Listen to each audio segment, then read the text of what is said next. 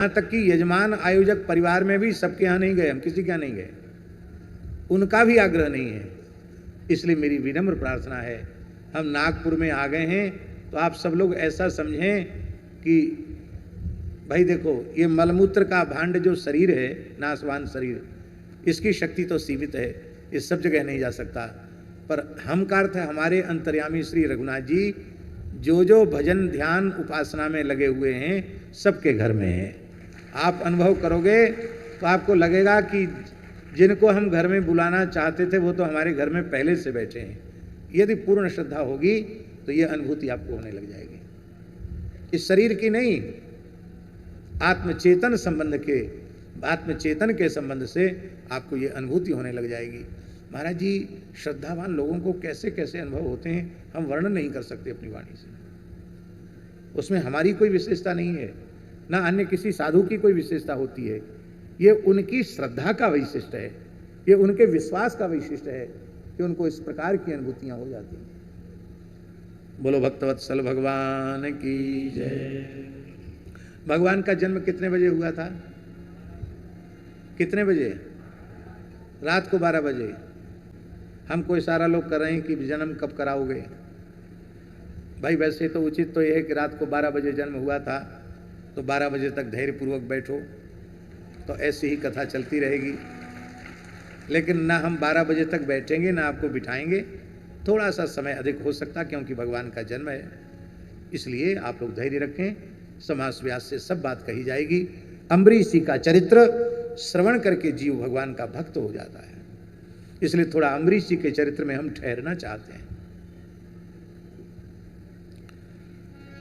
घ्राणम च तत्पाद सरोज सौरभे, नासिका से भगवान के चरण कमलों के मकरंद सुगंध का अनुभव करते थे और अपनी जिह्वा से भगवान के तुलसी के दिव्य गंध में और रसना में भगवान के अर्पित नैवेद्य का स्वाद लेकर के अपनी जिह्वा को, अपनी रसना को धन्य करते थे। भगवान नाम का स्वाद लेकर अपनी जिह्वा को धन्य करते थे। प्रत्येक वैष्णव को प्रातःकाल उठते ही सबसे पहले अपनी जिह्वा को सावधान करना चाहिए। सबसे बदमाश इंद्रिय यही है, यही जीव को ले जाती पता नहीं कहां कहां। इसलिए सबसे पहले इसी इंद्रिय को सावधान करो। बोलो हमारे साथ, हे जिह्वे, हे जिह्वे, हे जिह्वे, हे जिह्वे, रससारज्ञे, रससारज्ञे, सर्वदा, सर्वदा, मधुर प्रिये, मधुर प्रिये, नारायणाख्य, नारायणाख्य, पीयूषम, पीयूषम, पिब जिह्वे निरंतरम, पिब जिह्वे निरंतरम। हे जिह्वा, तू रस के सार को समझती है, क्वालिटी की परीक्षा करती है। हमारे बाबूजी को कोई चीज खाने पीने की दे दो, तुरंत क्वालिटी की परीक्षा करके बताएंगे। थोड़ा नाक मुंह बना के कहेंगे बादाम का हलवा बनाना नहीं आया ठीक, जलेबी थोड़ी ऐसी रह गई, सब्जी में थोड़ा ऐसा हो गया। ऐसा नहीं कि वो झूठी शिकायत करते हैं, क्वालिटी का परीक्षण करना जानते हैं। उनकी जीभ विशेष प्रकार की भगवान ने बनाई है। तो रस सारज्ञ, सर्वदा मधुर प्रिय, सदा तुझे मीठी चीज अच्छी लगती है। पर ये मीठी चीज खाने में खतरा है, ज्यादा खा लोगे तो डॉक्टर कहेगा अब तुम्हारा मीठा बंद। अब भीतर से ज्यादा मीठे हो गए हो, अब बाहर से मीठा मत खाओ। लेकिन एक सबसे मीठी वस्तु है, वो क्या है? नारायणाख्य पीयूषम, नारायण नाम की मिठाई, नारायण नाम का अमृत। इस पीयूष को तुम भर भर पेट पियो, पिब जिह्वे निरंतरम, निरंतर पियो। और मिठाई खा के मरोगे, पर ये अमृत पीकर अमर हो जाओगे।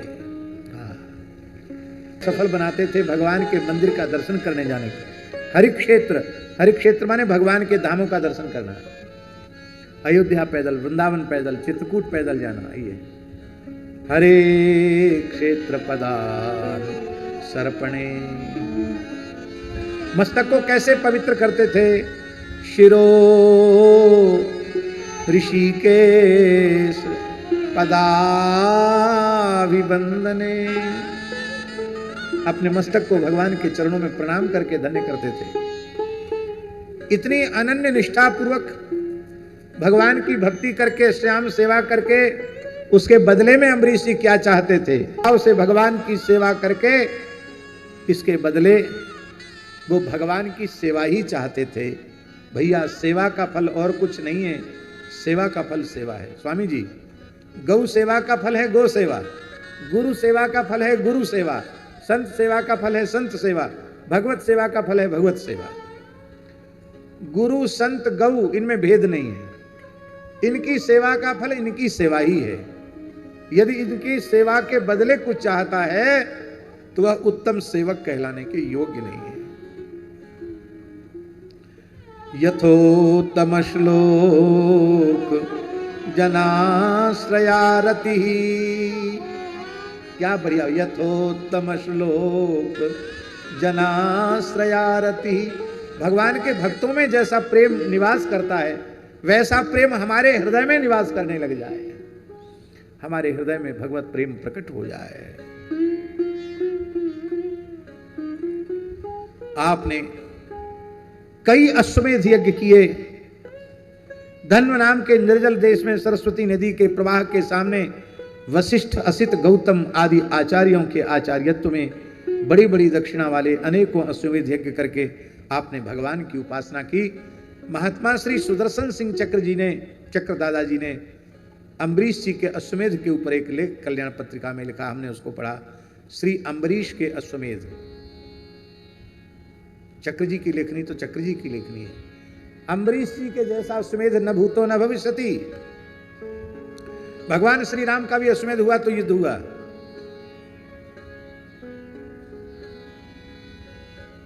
उग्रसेन ने अश्वमेध किया तो युद्ध हुआ, पांडवों ने अश्वमेध किया तो युद्ध हुआ। केवल अकेला अश्वमेध यज्ञ है अम्बरीश जी का जिसमें युद्ध नहीं हुआ। एक दिन की बात है, अम्बरीश जी को भगवान ने आज्ञा दी कि हमारी अश्वशाला में आप दर्शन करके आइए। भगवान की आज्ञा से आप घुड़साल में गए, अश्वशाला में गए, तो वहां क्या देखा कि अश्वपाल ने कहा, भगवान इस वर्ष जितनी घोड़ी हैं सबने श्याम कर्ण घोड़ों को ही जन्म दिया है। अब श्याम कर्ण घोड़ा ही अश्वमेध यज्ञ का शुभ माना जाता है। सैकड़ों श्याम कर्ण घोड़े उत्पन्न हुए हैं। भगवान से कहा, भगवान बोले इसका अर्थ समझते हो, जितने घोड़े उतने यज्ञ करने पड़ेंगे। जो आ गया, आपने यज्ञ आरंभ कर दिया। अश्व का तिलक किया गया, पत्र बांधा गया, जो भी उसकी प्रक्रिया होती है। बोले चतुरंगिणी सेना लगाओ। अम्बरीश जी बोले धरती पर हमारा कोई शत्रु है ही नहीं, हम किसके लिए युद्ध करेंगे, सब तो हमारे भगवान के हैं, भगवान के नाते हमारे हैं, वसुधैव कुटुंबकम। भगवान की इच्छा है कि अश्वमेध हो तो ठीक है, और इस यज्ञ का कोई विरोधी होगा, उसको अच्छा नहीं लगता तो नहीं होगा। तब घोड़े के पीछे कौन जाएगा? बोले घोड़े के पीछे साधु संत जाएंगे। क्या करेंगे साधु संत? श्री कृष्ण गोविंद हरे मुरारे, हे नाथ नारायण वासुदेव। श्री कृष्ण गोविंद हरे मुरारे, हे नाथ नारायण वासुदेव। हाँ, कीर्तन मंडली चलेगी। इनकी सेवा में सेना चल सकती है, युद्ध के लिए नहीं। हल्ला मच गया कि ऐसी विचित्र अश्वमेध यज्ञ की दिग्विजय यात्रा चल रही जिसमें कोई हथियार वाला नहीं, सब खोल करताल वाले हैं। उनकी भक्ति पर रीझ कर बड़े बड़े स्वाभिमानी राजा भी अश्व का पूजन करके और अम्बरीश जी की अधीनता को स्वीकार करते हुए अश्व को अपनी राज्य की सीमा के आगे विदा कर देते। हम भाग्यशाली हैं कि इस समय धरती पर चक्रवर्ती सम्राट के रूप में महाराज अम्बरीश हैं।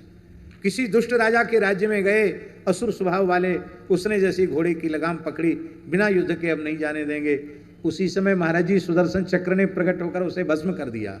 अब तो हल्ला मच गया, कोई एक व्यक्ति दिखाई नहीं पड़ता, पर एक सुदर्शन चक्र ऐसा भगवान ने नियुक्त कर रखा है, अम्बरीश जी के घोड़े को जो पकड़ेगा वो भस्म हो जाएगा। बिना युद्ध के पूरी धरती पर घोड़ा लौट के आ गया। और एक दो नहीं, ईजे स्वमेधई बहुवचन है, असंख्यों अश्वमेध यज्ञ किए, सैकड़ों अश्वमेध यज्ञ करके उसका पुण्य भगवान के चरणों में अर्पित कर दिया। बोलो भक्तवत्सल भगवान की जय। जय जय श्री राधे। स्वर्ग की कामना से, इंद्र पद की कामना से अश्वमेध किया जाता है चक्रवर्ती राजाओं के द्वारा। पर इन्होंने सैकड़ों यज्ञ के इंद्र विघ्न करने नहीं आए। क्यों? इंद्र को पता है इनको स्वर्ग की चाह ही नहीं है, ये तो भगवान के भक्त हैं। इनको चाह नहीं, इनकी प्रजा को स्वर्ग की चाह नहीं थी। बड़ा महत्वपूर्ण श्लोक है। स्वर्गो न प्रार्थितो यस्य मनुजैरमर प्रिया शृण्वद्भिरुपगायत भी उत्तम श्लोक चेष्टितम। इसका मतलब है स्वामी जी, जो कथा कीर्तन नहीं सुनते हैं उन्हीं को लौकिक पारलौकिक भोगों को पाने की इच्छा होती है। जो कथा कीर्तन सत्संग में लगे हुए भाग्यशाली जीव हैं, उसे न तो इस धरती की कोई वस्तु चाहिए, न स्वर्गादि लोकों का कोई वैभव चाहिए। आपकी प्रजा में कोई स्वर्ग नहीं चाहता था, न धरती का वैभव चाहता था। सब चाहते थे कि भगवान के चरणों में हमारी अगाध प्रीति हो जाए, हम भगवान का भजन करें, हमें भगवत प्राप्ति हो जाए। सहितम भक्ति योगेन तपो युक्तेन पार्थिव। तपस्या से युक्त भक्ति योग के द्वारा स्वधर्मेण हरिम प्रीणन। इतना सब करते हुए भी अम्बरीश जी ने स्वधर्म का, वर्णाश्रम धर्म का त्याग नहीं किया। वर्णाश्रम धर्म का पालन करते हुए भगवान को प्रसन्न करके संगान सर्वान छनैर जहऊ, समस्त प्रकार की आसक्तियों को धीरे से त्याग दिया, अनासक्त हो गए। उनकी भक्ति को देख करके नारद जी की इच्छा हुई कि कुछ कौतुक करें। तो श्री नारद जी अम्बरीश जी के सदगुरु हैं, नारद जी ने ही उनको वैष्णवी दीक्षा प्रदान की है। तो नारद जी बार बार आते हैं। एक दिन नारद जी आए, एक रजिस्टर लेके आए, बीणा के साथ कांख में रजिस्टर भी था। रजिस्टर जानते ना, बही।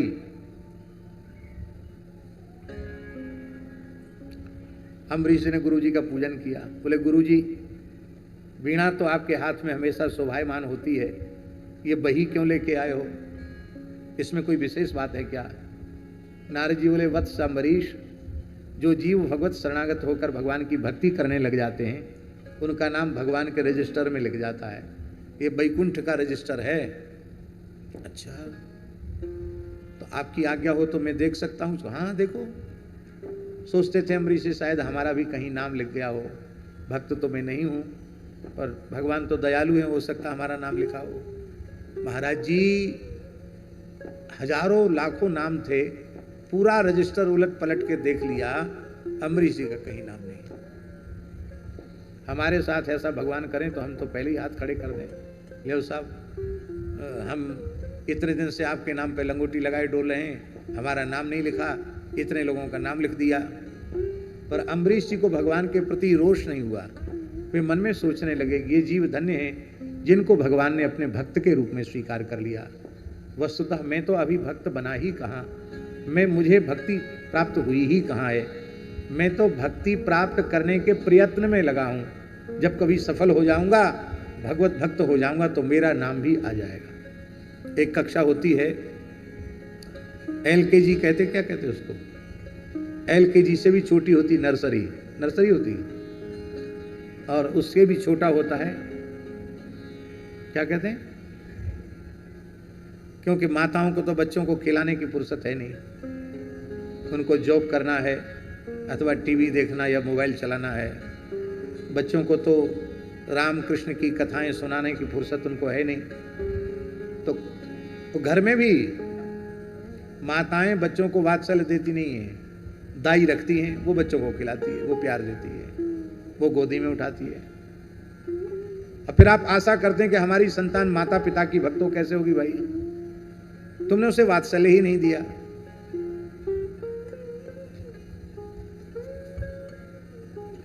सहयोग में किसी को रखना चाहो रख लो, कोई बात नहीं, लेकिन स्वयं अपने बच्चों को प्यार दो, वात्सल्य दो।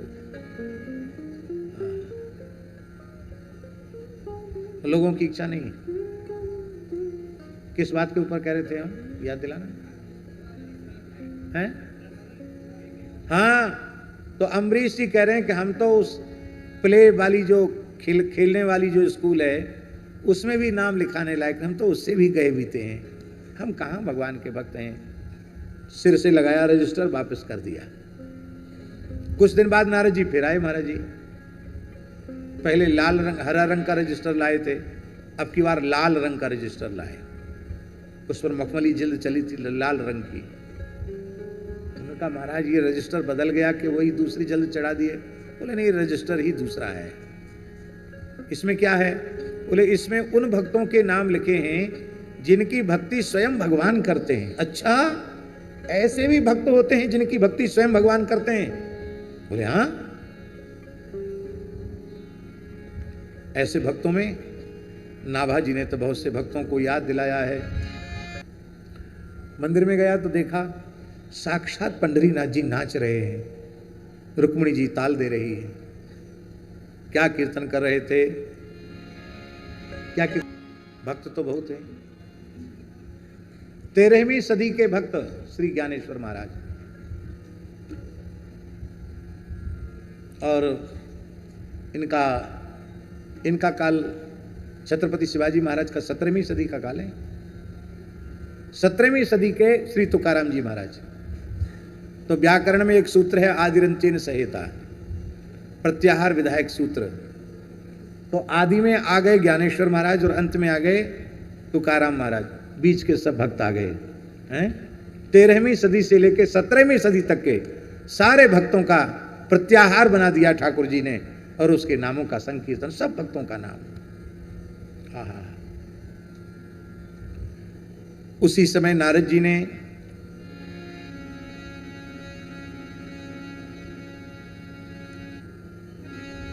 एक रानी को भी अम्बरीश चरित्र सुना करके अम्बरीश की सेवा में पहुंचा दिया। कथा लंबी है, हम प्रणाम करते हैं उस कथा को। और अम्बरीश की रानी की, छोटी रानी की भक्ति के प्रभाव से घर घर में भक्ति का विस्तार हो गया। एक दिन की बात है, अम्बरीश जी के चरित्र का, गुणों का वर्णन देवर्षि नारद जी देवराज इंद्र की सभा में कर रहे थे। वहां दुर्वासा जी बैठे थे। दुर्वासा जी ने कहा बंद करो, एक राजा की झूठी प्रशंसा करना।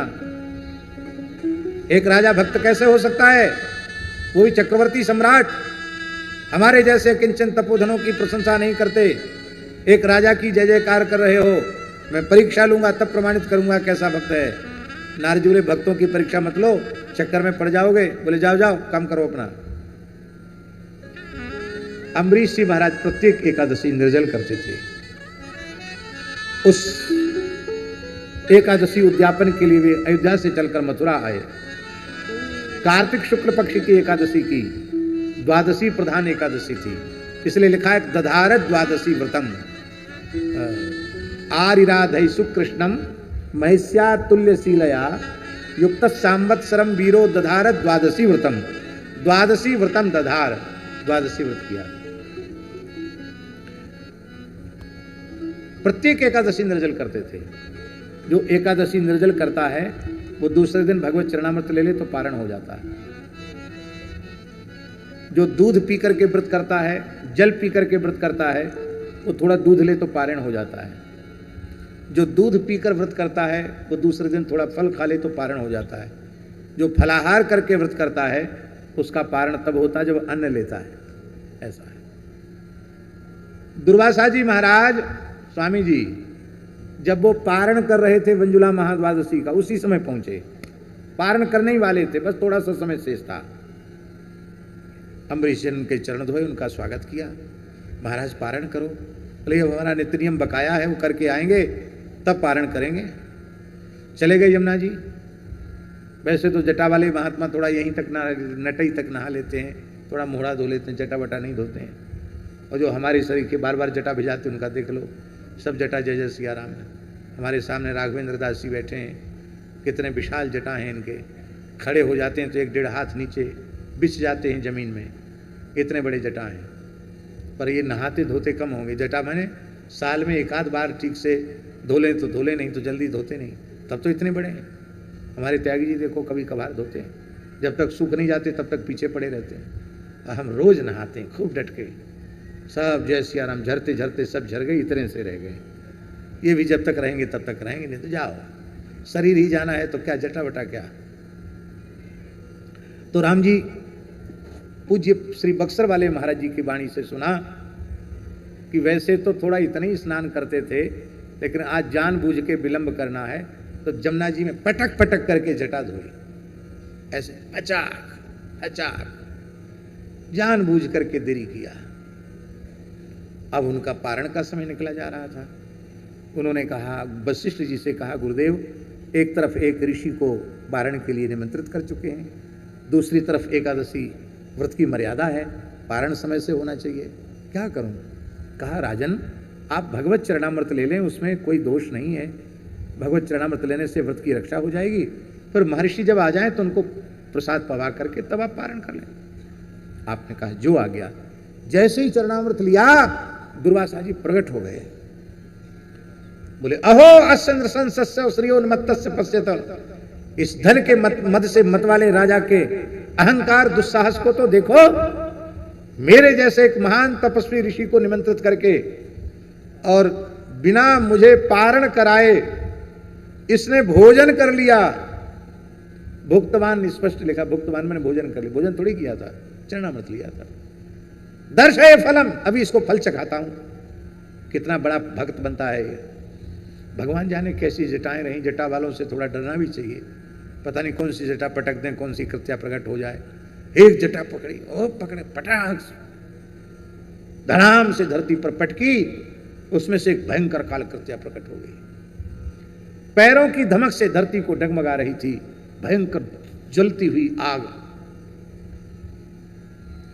आज्ञा दो महाराज, क्या करूं? भस्म कर दे इस राजा को। कालकृत्या अपने पैरों की धमक से पृथ्वी को कंपाती हुई सी चली, पर आपने एक बार भी अम्बरीश जी ने नहीं कहा कि हे नाथ, हे मेरे नाथ, मेरी रक्षा करो। ये इतने निष्काम भक्त हैं, रक्षा की प्रार्थना भी नहीं करते। आपने मन में सोचा, जो शरीर संत का, भक्त का, ब्राह्मण का अपराधी हो गया, लगता वो शरीर अब भगवत सेवा के योग्य नहीं है, इसलिए भगवान उस शरीर को जलाना चाहते हैं, तब भगवान की इच्छा का विरोध क्यों करूं? आप सिर झुकाकर खड़े हो गए, ये कृत्या मुझे जलाकर भस्म कर दे। पर अम्बरीश की रक्षा में तो भगवान के सुदर्शन चक्र हैं। सुदर्शन चक्र ने प्रकट होकर काल कृत्या को भस्म कर दिया। जो भस्म करने आई थी उसी को भस्म कर दिया। दुर्वासा जी भागते नहीं तो वहीं रक्षा हो जाती, पर दुर्वासा जी ने देखा कि हमारी कृत्या तो भस्म हुई, दुर्वासा जी भागने लगे। अब दुर्वासा जी के पीछे पीछे सुदर्शन चक्र, आगे आगे दुर्वासा जी। पूरे ब्रह्मांड में जहां तक उनकी गति थी सब जगह गए। ब्रह्मलोक गए, ब्रह्मा जी ने कहा भागो यहां से। बोले, मैं आपका पोता हूं। ब्रह्मा जी के पुत्र अत्रि और अत्रि के पुत्र दुर्वासा, साक्षात पौत्र हूं आपका। बोले, पोता तो हो, पर ज्यादा देर ठहरोगे तो हमारा ब्रह्मलोक जल जाएगा, भगो यहां से। भगवान के भक्त का अपराध करने वाले को हम कुछ नहीं मानते हैं, भगो। शंकर जी के पास गए, बोले भगो यहां से, हम नहीं तुम्हारी रक्षा कर सकते। हमारे जैसे हजारों रुद्र जिनकी संकल्प सृष्टि से प्रकट होते हैं, हम नहीं कर सकते उनका मुकाबला। उपाय बता सकते हैं, जिनका चक्र है उनकी शरण में जाओ, जल्दी जाओ, नहीं हमारा कैलाश पिघल जाएगा। तब आप वैकुंठ गए, भगवान ने मुंह फेर लिया। दुर्वासा जी बोले, मैं ब्राह्मण हूं, आप ब्राह्मण देव है, मेरी रक्षा करो। भगवान ने मुंह घुमाए हुए कहा, मैं ब्राह्मण देव अवश्य हूं, पर जो ब्राह्मण मेरे भक्त का अपराध करता है, भक्त को समाप्त करना चाहता है, उस ब्राह्मण की रक्षा में नहीं करता।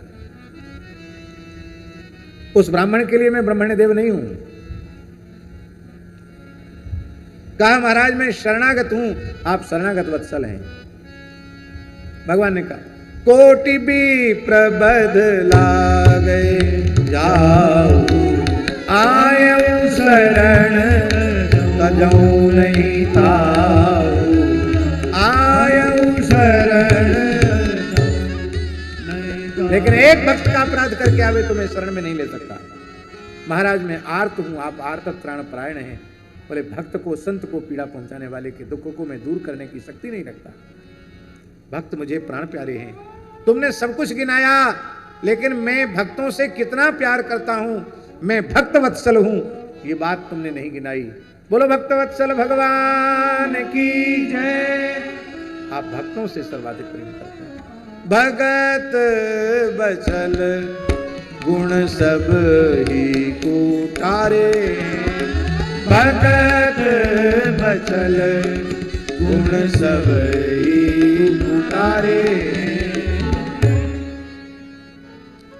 मैं जल जाऊंगा? उपाय तो बताइए। बोले उपाय यही है, मेरा अपराध होता तो मैं क्षमा कर देता, मेरे भक्त अम्बरीश का अपराध है, अम्बरीश की शरण में जाओ। क्या वे मुझे क्षमा कर देंगे? अरे मेरे भक्त का स्वभाव तो देखो, जब से तुम वहां से चले हो तब से उसने अन्न जल ग्रहण नहीं किया है, केवल चरणामृत पर ही है। तुम्हारे मंगल की कामना कर रहा है। यदि तुम्हारे मंगल की कामना न करता तो तुम्हारा प्रिय अस्त्र सुदर्शन तुमको जलाकर भस्म कर देता। उनके शुभ संकल्प से तुम्हारे शरीर की रक्षा हो रही है। तमुपई महाराजो साधु नांच परायणम, वहीं जाओ। और जैसे दुर्वासा जी लौट के आए, महाराज जी अम्बरीशम उपावृत्यो तत्पादव दुखितो ब्रहीत, अम्बरीश जी के पास आए और अम्बरीश जी के चरण पकड़ लिए। दुखिता, दुखी मन से अम्बरीश जी के चरण पकड़ लिए। एक बहुत छोटी सी बात है, धर्मशास्त्र के अनुसार ब्रह्म बल को सर्वोपरि माना गया है। जिग बलम क्षत्रिय बलम ब्रह्म तेजो बलम बलम एकेन ब्रह्म दंडेन सर्वास्त्राणि हतानि में, यह श्लोक वाल्मीकि रामायण में और महाभारत में एक जैसा है, एक ही प्रकरण में। ब्रह्म तेज से बल करके कोई बल नहीं। भगवान ब्रह्मा विष्णु शिव को भी ब्रह्म बल के आगे घुटने टेकने पड़ते हैं, पर यहां ये चरित्र ऐसा है जहां ब्रह्म बल भी भागवत धर्म के आगे घुटने टेक गया।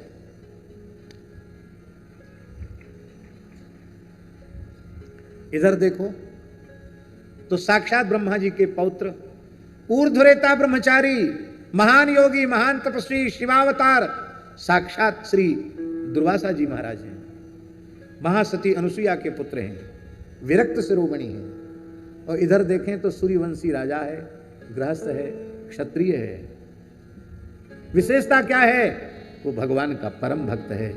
तो आज तपस्या और ब्रह्म तेज भी भक्ति के आगे नतमस्तक हो गया। इसलिए भक्ति के बल से बड़ा कोई बल इस ब्रह्मांड में कोई दूसरा नहीं है। सर्वोपरि भक्ति का बल है।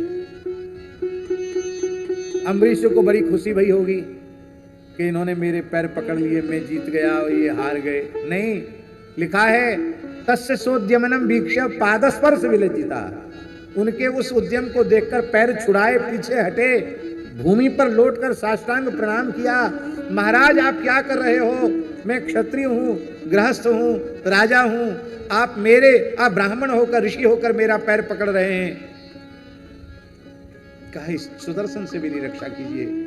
तब आपने कहा सुदर्शन महाज्वालिन, हे सुदर्शन, सुदर्शन नमस्तुभ्यम,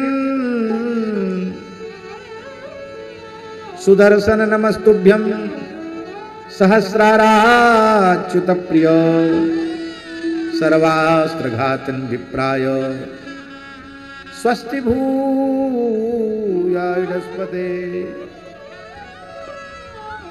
जाओ हे सुदर्शन, हे सहस्रार, आप भगवान के अत्यंत प्रिय हैं। आप संपूर्ण अस्त्र शस्त्रों को नष्ट करने वाले हैं। आप कृपा करके इस ब्राह्मण का कल्याण करें, इसके दुख का हरण करें। फिर भी सुदर्शन शांत नहीं हो रहे थे। तब आपने कहा यदिनो भगवान प्रीता एक सर्वगुणाश्रय सर्वभूतात्म भावेनो द्विजो भवति विज्वरः। यदि भगवान मेरे ऊपर प्रसन्न हैं, मेरे सर्वात्म में उन भगवान का सभी प्राणियों में समान रूप से दर्शन करता हूं, तो ब्राह्मण दुख रहित हो जाए। जैसे ही कहा महाराज जी, उसी समय सुदर्शन चक्र शांत हो गए, अंतर्धान हो गए। दुर्वासा जी ने कहा अहो अनंत दासानाम महत्वम दृष्ट मध्य में कृतागसोपि यदराजन मंगलानि समीह से। आज भगवान अनंत के भक्तों की अनंत महिमा मुझे पता चल गई। मेरे जैसे अपराधी के अपराधों को भुला करके आप मेरे मंगल की कामना कर रहे हैं।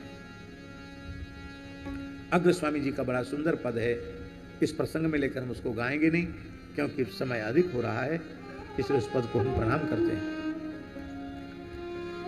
दुर्वासा जी आशीर्वाद देकर के गए। 1 वर्ष तक अम्बरीश जी केवल चरणामृत पर रहे। 1 वर्ष के बाद आपने कुछ ग्रहण किया। श्री सुखदेव जी कहते हैं जो अम्बरीश जी के चरित्र का श्रवण करता है वो भगवान का भक्त हो जाता है। भक्तो भगवतो भवेत। यदि आप भगवान के भक्त बनना चाहते हैं तो अम्बरीश जी के चरित्र को बारंबार सुने। अभी तो हमने बहुत अधिक समय इसी चरित्र में लिया। श्री अयोध्या जी में अम्बरीश जी का चरित्र 9 दिन में कहा था। कितने दिन में? 9 दिन में कहा था। उस समय कैसेट नहीं बनती थी। एक समय पूज्य बक्सर वाले महाराज जी राम कथा कह रहे थे, एक समय दास भक्तमाल की कथा, एक ही मंच से श्री मणिराम छावनी में। उस समय ये तो बहुत छोटे, कितनी उम्र थी? हाँ, 12-13 साल की थी इनकी उम्र। तो इस प्रकार से 9 दिन तक केवल अम्बरीश जी का चरित्र हुआ था। जिन संतों ने सुना उन्होंने कहा ऐसा चरित्र पहले कभी नहीं सुना गया। इतना आनंद आया। एक तो अयोध्या की भूमि, सैकड़ों संत माला झोली लेकर जब सामने बैठते हैं तो कथा का रस ही अपने आप में दिव्य हो जाता है। भागवत के प्रकरण तो सब ऐसे ही हैं। अब अन्य सभी प्रकरणों को हम नमस्कार करते हैं। इसी सूर्यवंश में महाराज सगर हुए, जिनके 60,000 पुत्रों ने समुद्र खोजा। इसी वंश में महाराज भगीरथ हुए, जो गंगा जी को लेके आए। बोलो गंगा सागर महातीर्थ की। खट्वांग के पुत्र दीर्घबाहु हुए, दीर्घबाहु के पुत्र अज हुए, अज के पुत्र दशरथ हुए। दशरथ जी के यहाँ भगवान ने 4 रूपों में अवतार लिया। श्री राम लक्ष्मण भरत शत्रुघ्ना इति संज्ञया। श्री राम लक्ष्मण भरत शत्रुघ्न 4 रूपों में प्रकट हुए। कब हुए भगवान प्रकट? 24वीं चतुर्युगी के त्रेता में प्रकट हुए। यदि गणना करें हम तो कितने वर्ष पहले भगवान प्रकट हुए? 1,85,58,000 और कुछ 100 वर्ष। इतने वर्ष पूर्व भगवान श्री राम अयोध्या में प्रकट हुए। फिर से सुन लो, 1,85,58,100 से अधिक। इसके कई प्रमाण हैं। चैत्र शुक्ला रामनवमी को श्री राम जी, चैत्र शुक्ला दशमी को भरत जी और चैत्र शुक्ला एकादशी को लक्ष्मण जी और शत्रुघ्न जी प्रकट हुए। और कार्तिक कृष्ण चतुर्दशी को भौमवार को स्वाति नक्षत्र में मेष लग्न में अंजनी के गर्भ से साक्षात शिव जी ही हनुमान जी के रूप में प्रकट हुए। भय प्रगट कृपाला गाइए। हर्षित महतारी मुनि मनहारी अद्भुत रूप निहार। लोचन अभिरामा घन श्यामा विजयायुध भुज चार। भूषण बनमाला नयन विशाला शोभा सिंधु करार। कदुई कर जोरी अस्तुति तोरी के विधि करो अनंता। माया गुण ज्ञाना ईद अमाना वेद पुराण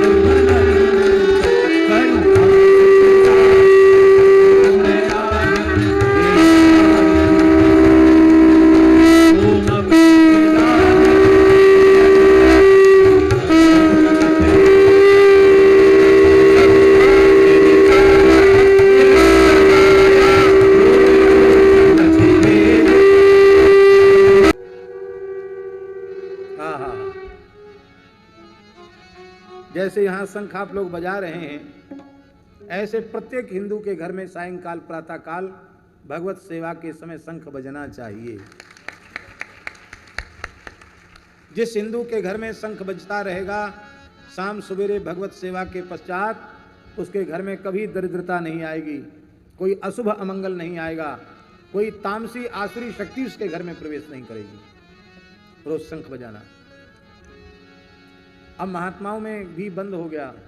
पहले विशेषकर रामानंद संप्रदाय के साधु दिन में 5 बार शंख बजाते थे। कितने बार? अब 5 बार से धीरे धीरे 1 बार हो गया, हवन के समय बजा लेते हैं। अब वो भी बंद हो गया तो अब केवल आरती के समय बजा लेते हैं। अब आरती में भी नहीं बजाते। इसलिए प्रत्येक साधु को अपने नित्य नियम के साथ शंख भी रखना चाहिए और शंख जरूर बजाना चाहिए। लिया है किसी मंदिर में चले जाना, थोड़ा हाथ जोड़ लेना, किसी तीर्थ में चले जाना, थोड़ा समय वहां व्यतीत कर लेना, अथवा किसी के बुलाने पर ही सही किसी सत्संग के आयोजन में, कथा कीर्तन में थोड़ी देर के लिए चले जाना। बस इतने को ही लोगों ने धर्म मान रखा है। धर्म का मर्म क्या है सुनील जी? धर्म का मर्म है हमारे जीवन में कितने अंश में सत्य की प्रतिष्ठा हुई है, हमारे जीवन में कितने अंश में अहिंसा की प्रतिष्ठा हुई है। हम मनमानी क्रिया से किसी भी प्राणी को पीड़ित तो नहीं करना चाहते, अथवा मेरे द्वारा किसी प्राणी को पीड़ा तो नहीं पहुंच रही है। हम किसी की भी मूल्यवान से मूल्यवान वस्तु को देखकर उसको छीनने की, झपटने की, चुराने की इच्छा तो नहीं रखते। हमारे भीतर में, भीतर से पवित्रता, किसी के प्रति राग ना होना, द्वेष ना होना, है किसी के प्रति दोषानुसंधान की वृत्ति न होना, मात्सर्य की बुद्धि न होना, भीतर से क्षमा, दया, करुणा, सत्य, प्रेम, ये सब भीतर से होना, ये भीतर की पवित्रता है। और बाहर की शास्त्रीय पवित्रता है हमारा आहार विहार पवित्र होना, हमारा खान पान पवित्र होना है। हम पैदा भले ही कलयुग में हुए हैं, लेकिन भगवान की दया से हम कलयुग में नहीं जीते हैं। हम पैदा कलयुग में हुए हैं, पर हरि गुरु संतों की कृपा से हम सतयुग में जीते हैं। हम जीते का मतलब आप लोग भी जी सकते हैं। हम जीते हैं का मतलब ये नहीं कि हम ही जीते हैं, आप लोग भी जी सकते हैं। 5 स्थानों में कलयुग का निवास है हर्ष जी, 5 स्थानों में कलयुग का निवास है। सबसे पहला स्थान है जुआ। जुआ खेलने में कलयुग का निवास है। दूसरा स्थान है कलयुग के रहने का मद्यपान, शराब पीना। तीसरा कलयुग के रहने का स्थान है परस्त्री गमन करना। धर्मशास्त्र के अनुसार, आपके कुल की मर्यादा के अनुसार अंतरजातीय विवाह की अधर्म युक्त परिधि से मुक्त आप स्वजातीय धर्मशास्त्र की मर्यादा के अनुरूप कन्या से विवाह करते हैं, माता पिता और गुरुजनों की आज्ञा से। और पितरों के ऋण से मुक्ति के लिए हमारे वंश में भगवत सेवा, गौ सेवा, संत सेवा, अतिथि अभ्यागत की सेवा अनवरत रूप से चलती रहे, इस पवित्र संकल्प को लेकर आप संतान की उत्पत्ति करते हैं। वो निंदित नहीं है, वो प्रशंसनीय है। तो ये तो ठीक है, लेकिन स्वदार निरत न होना। और देखिए, दाम्पत्य जीवन बहुत पवित्र, एक बहुत आदर्श और एक पवित्र व्यवस्था का नाम है दाम्पत्य जीवन। पातिव्रत धर्म की बात तो लंबी चौड़ी कही जाती है, अच्छी बात कहना ही चाहिए, पर एक पत्नी व्रत होने की बात कम कही जाती है। नारी को पतिव्रता होना चाहिए। अब विधि पूर्वक वैदिक पद्धति से जिससे विवाह हुआ है, उसके विवाह के अतिरिक्त किसी भी नारी मात्र के प्रति उसके मन में भोग्या की बुद्धि उत्पन्न न हो, उसके प्रति भगिनी भाव या मातृभाव ही आवे, अथवा बहुत छोटी हो तो पुत्री भाव आवे, इससे इतर कोई भाव मन में जागृत न हो।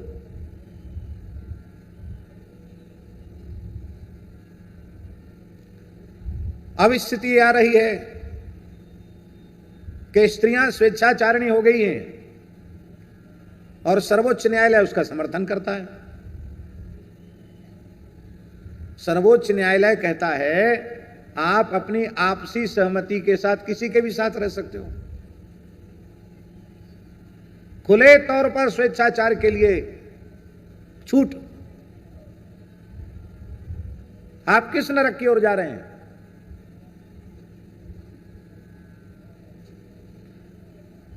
ना पुरुषों में एक पत्नी व्रत रहा, ना स्त्रियों में पातिव्रत रहा, तो गृहस्थाश्रम पवित्र कहां से होगा?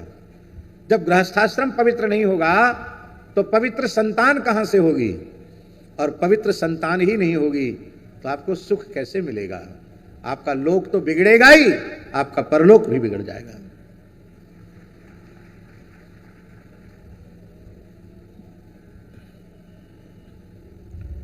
धर्म विहीन, संस्कार विहीन, सदाचार विहीन शिक्षा का यह दुष्परिणाम है कि कल ही समाचार में, सरकारी समाचार में बात आ रही थी कि चीन जनसंख्या के संकट से गुजर रहा है।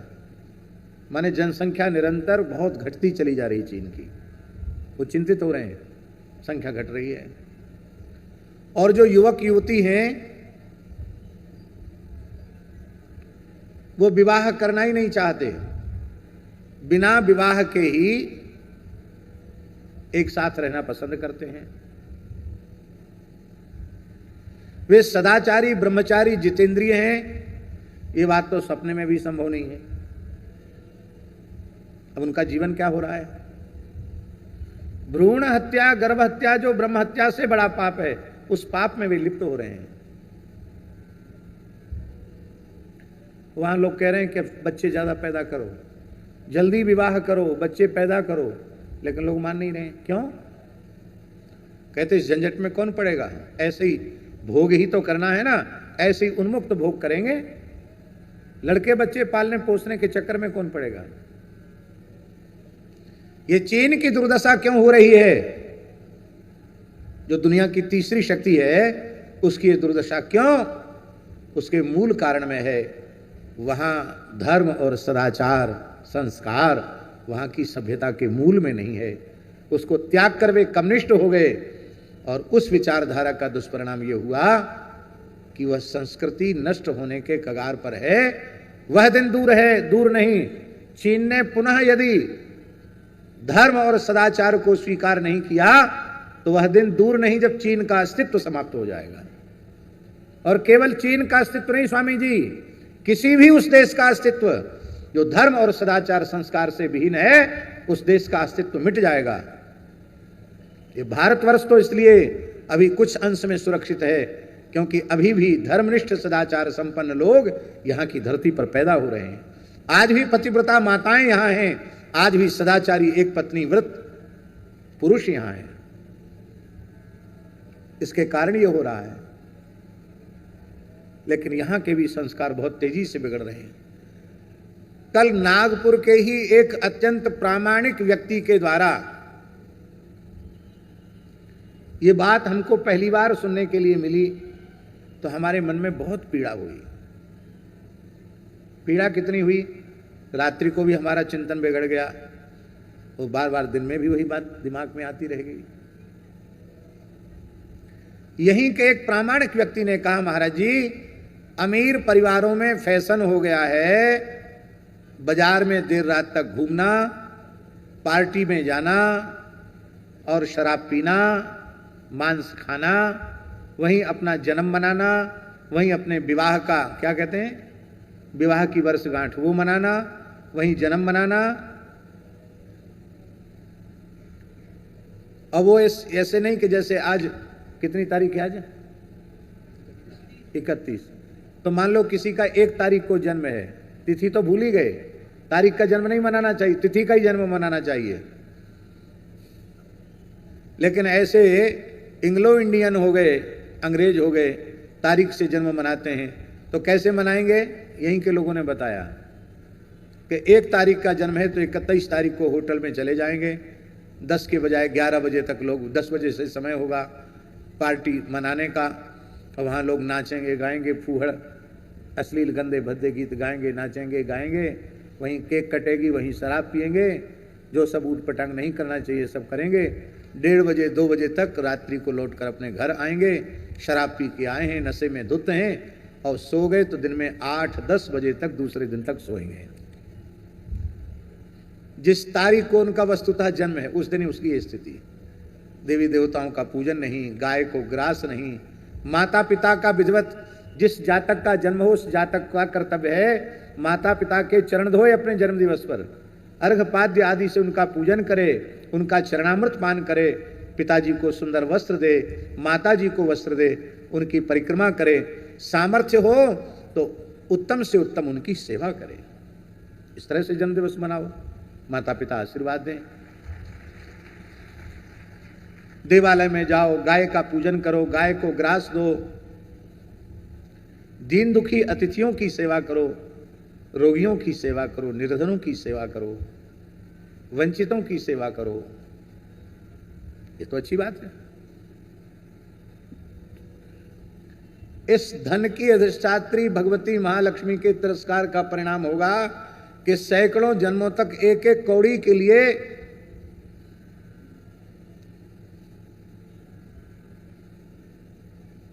तड़फना पड़ेगा, तड़फना पड़ेगा। एक भगवत प्राप्त सिद्ध पुरुष ने हमसे कहा, स्वामी जी ये जो भीख मांगते हुए डोल रहे हैं इनको पहचानते हैं? हमने कहा हाँ, भिखारी। स्वामी संपूर्णानंद जी की बात। बोले थोड़ी दिव्य दृष्टि से इनको देखो, मैं इनको देखकर इनके पूर्व जन्मों को देख रहा हूं। इनमें से प्रायः ये भीख मांगने वाले पूर्व जन्म के अरबपति, खरबपति, करोड़पति, लखपति लोग हैं। धन का तिरस्कार किया, स्वेच्छाचारिता में धन का उपभोग किया, कमाया खूब, अच्छे कार्यों में व्यय नहीं किया। आज ये रहने का घर नहीं है, सिर छिपाने के लिए छाया नहीं है और कटोरा लेकर घूम रहे हैं, भीख मांग रहे हैं। ये सबके सब पूर्व जन्म के करोड़पति हैं। बोले ये सामान्य लोग नहीं हैं। यत्न मनुष्य को यह करना चाहिए कि भगवान ने अपने चरण कमलों तक पहुंचने के लिए हमें मनुष्य बनाया है, तो हम इसी जन्म में इसी शरीर से भगवान के चरण कमलों की सन्निधि को प्राप्त करके अपने मानव जन्म को सफल बना लें। ये भाव होना चाहिए। स्वामी जी इतना साधन न कर सके तो कोई बात नहीं, फिर से हम मनुष्य तो बन जाएं। शुचिनाम श्रीमताम गेहे योग भ्रष्टो भी जाए थे। इस तरह का जन्म तो हमारा हो जाए। हम इस प्रकार के जन्म के लिए भी प्रयत्न नहीं कर रहे हैं। सामने हमारे पूज्य स्वामी शुद्धानंद जी बैठे हैं। आपका यह जन्म तो अत्यंत पवित्र है ही, आपका पूर्व जन्म भी अत्यंत पवित्र है। आपको अपने पूर्व जन्म की भी स्मृति है। पूर्व जन्म में आपका पवित्र विप्र कुल में, तमिलनाडु में, यही ना, तमिलनाडु में, तमिलनाडु की पवित्र धरती पर आपका विप्र कुल में जन्म हुआ था। आप पूर्व जन्म में तमिल भाषी थे। आयंगार जी सुन लीजिए। और फिर कोई जन्मांतरीय संस्कार था कि पूर्ण वैराग्य हुआ और दक्षिण से चलकर जगन्नाथपुरी शंकराचार्य भगवान के मठ में आए और तत्कालीन जगतगुरु शंकराचार्य कौन थे महाराज जी? श्री हाँ, अनंत श्री समलंकृत जगतगुरु शंकराचार्य श्री स्वामी भारती तीर्थ जी, भारती तीर्थ जी से आपने विधिवत दीक्षा ग्रहण की और इस जन्म में आपके जो गुरुदेव थे उनसे आपने उस जन्म में क्रियायोग की दीक्षा प्राप्त की और फिर आपके द्वारा भगवान को कुछ सेवा लेनी थी, क्रियायोग का प्रचार प्रसार करना था, गुरु महाराज को सेवा लेनी थी, तो आपको दूसरा जन्म उड़ीसा की पवित्र धरती पर कान्यकुब्ज विप्रकुल में आपको फिर से जन्म मिल गया। और आज अपने गुरु भ्राता परमहंस जी के साथ इतनी संस्थाओं को खड़ा करने के बाद भी पद्म पत्र मीमांसा अत्यंत निर्लिप्त भाव से और अपने जीवन को, सन्यासी जीवन को सफल बना रहे हैं।